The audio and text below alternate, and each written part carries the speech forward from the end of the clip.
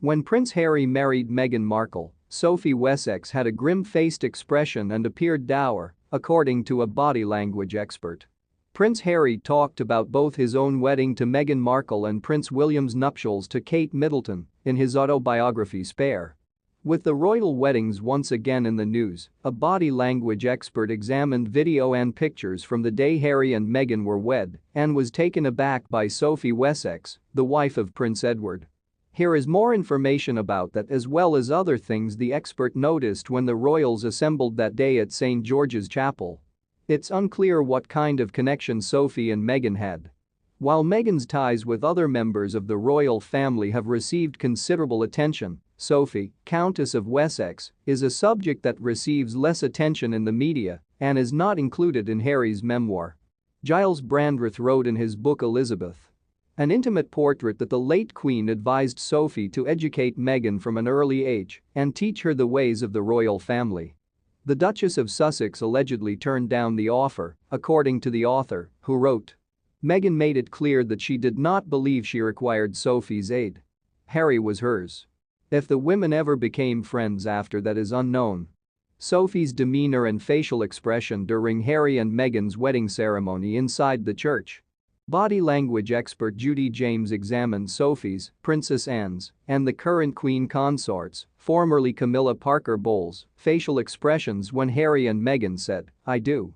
According to James, Sophie and Camilla appear a little glum in the group photo, with the usually vivacious Sophie sitting stooped and grim-faced in the seat behind Camilla and next to a rather haughty-looking Princess Anne.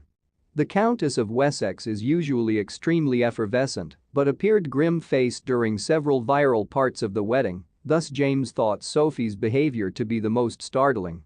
Other royals that day inside the chapel body language.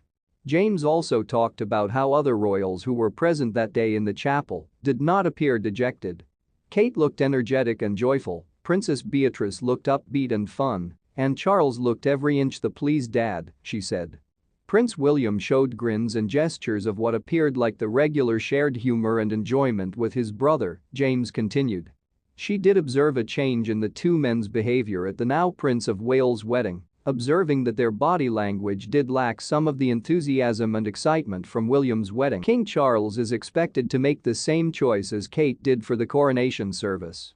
A specialist talked about how King Charles's coronation service could include subliminal clues about his rule. During the planning of his coronation, King Charles might steal a page from the Princess of Wales' book, an expert advised.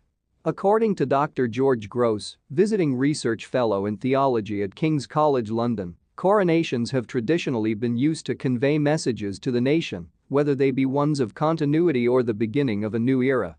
And King Charles is not anticipated to abandon this tradition, rather, according to Dr. Gross, he will include symbols of his reign and his priorities into his historic service.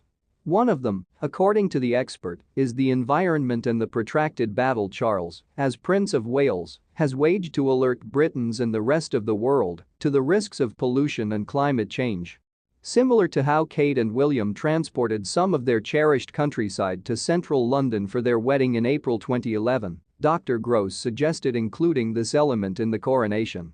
According to him, every coronation service throughout history has conveyed some sort of message, sometimes it's one of continuity, sometimes it's of a distinct break with the past, and sometimes it's a more specific one.